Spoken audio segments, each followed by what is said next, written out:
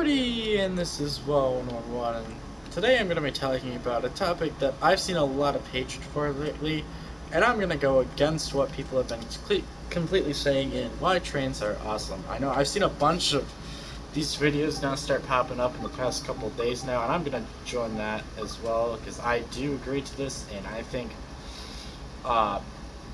some of the points that people bring up are completely false, and have no research, but anyways, I'm going to say my point of this argument as well. So, I'm actually driving a non-prototypical locomotive, but that don't matter. It's still a train, and I just have the scenario already set up.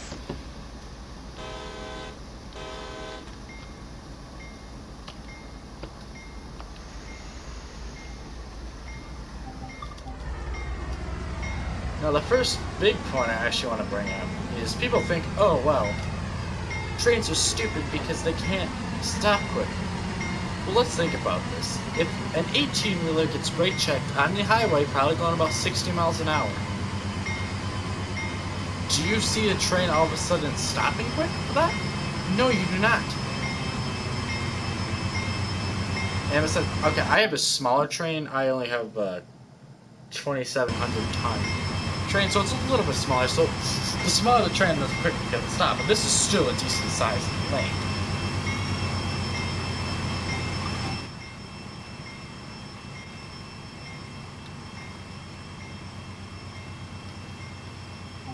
I'm just waiting for my brakes to finish releasing right now. Which, yeah, it does take a bit.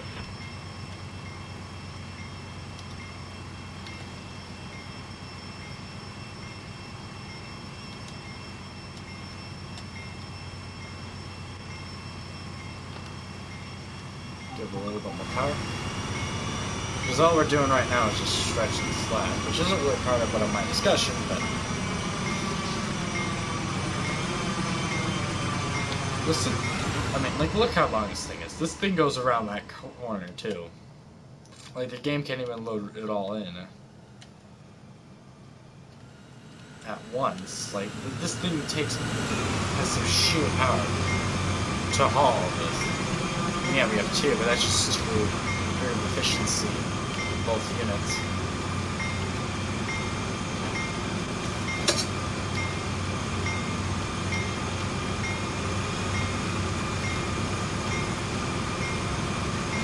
But now that we get a move on,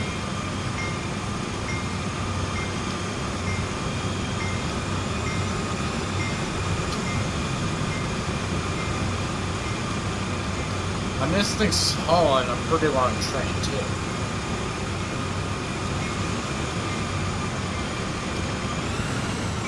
Now, to prove my point, as this train will pick up speed, we are going to roleplay a collision. This can be a person, this could be a car, but something that shouldn't be on the tracks, that is. And this crossing has crossing ducts, so common sense will be you stop with the red lights, and unfortunately those just stay down. Otherwise this example would be even more perfect, but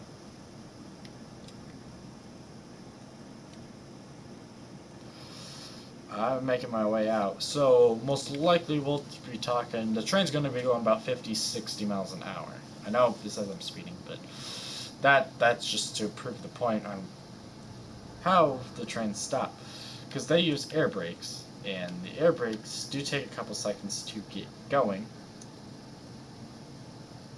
People might be wondering, well, why the heck doesn't... Also, first of all, you got to think about reaction time, too. Like, if a car just jumps, there's no time. Even if there's time, the engineer can apply the brakes, but all they can do is hope they can quickly stop, which typically never happens. But the thing is, we have gates. These gates go down, it dings, which these ones don't, but these usually go ding, ding, ding, ding, ding, or something along those lines. The train comes, everyone's supposed to stop, but a lot of people avoid that, and people then all of a sudden wonder, well, why didn't the train stop for the car? But even on, like, more rural crossings, we still blow the horn, we still do it on most of these, too. Unless I have the like little concrete barriers, which don't really stop anything if people are that dumb. So really, the argument for that is, well, shouldn't the train be looking out? Okay, let's face it, then the train would have to go 2 miles an hour, pretty much. And then people would start complaining, well, trains are going too slow then. And people already do now. Which, yeah, they might go slow, but they make it up in a lot of horsepower. Plus, they can also haul a lot more. I mean, they can haul more than they can carry more people than a bus. They can haul a lot more freight than a truck. So there's a lot of things and stuff that trains can do a lot better. And the stop and quick thing, it's just because, think of it, if an 18-wheeler takes forever on a highway, only going 60, takes that in a couple of seconds, just imagine something with thousands of tons.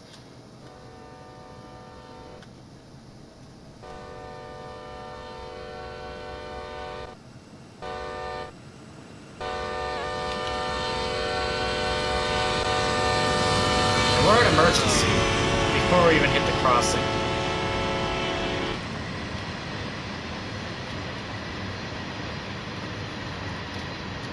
So I already hit emergency braking before the crossing, so...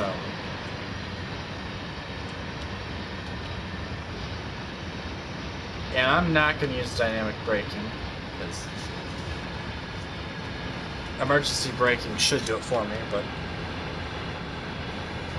this is really to prove my point, because sometimes you can't always activate dynamic braking. Like, but I mean, look, this thing's taken over, like, the entire train's almost passed.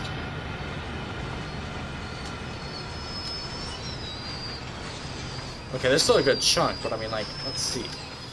The locomotive is almost down by this bridge, and you're talking probably a good mile away.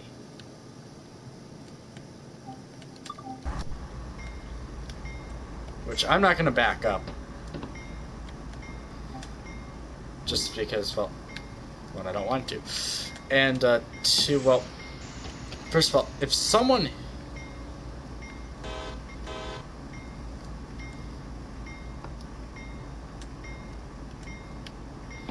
But also, and people think, oh, trains can just stop. I'd like short line railroads, yes, when there's maybe hauling 2 cars, because I will block traffic, and they will have a conductor. But they can't always do that.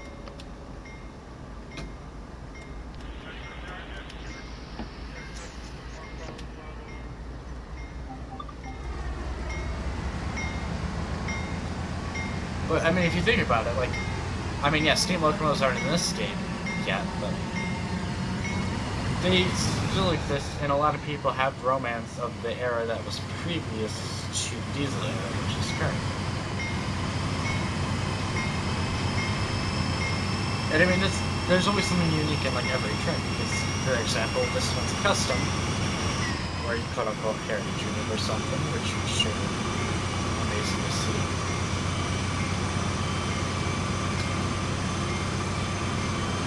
But a lot of, like, all you hear is, oh, it's just because they can't stop, and they say they're slow. Well, yeah, they might be slow, but, I mean, they can make up for a crap ton of horsepower. I mean, look, as soon as this thing starts going, it starts picking up pretty quickly. I mean, also think of it, like, you don't want to... Trains also might start slow just so they don't break anything, because they don't want to damage your goods.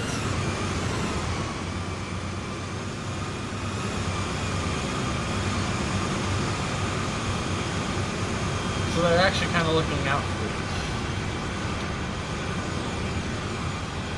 And apparently a lot of people don't see that, but I mean, as you can see, like, we just started not that far ahead, and we're already at 21 going uphill.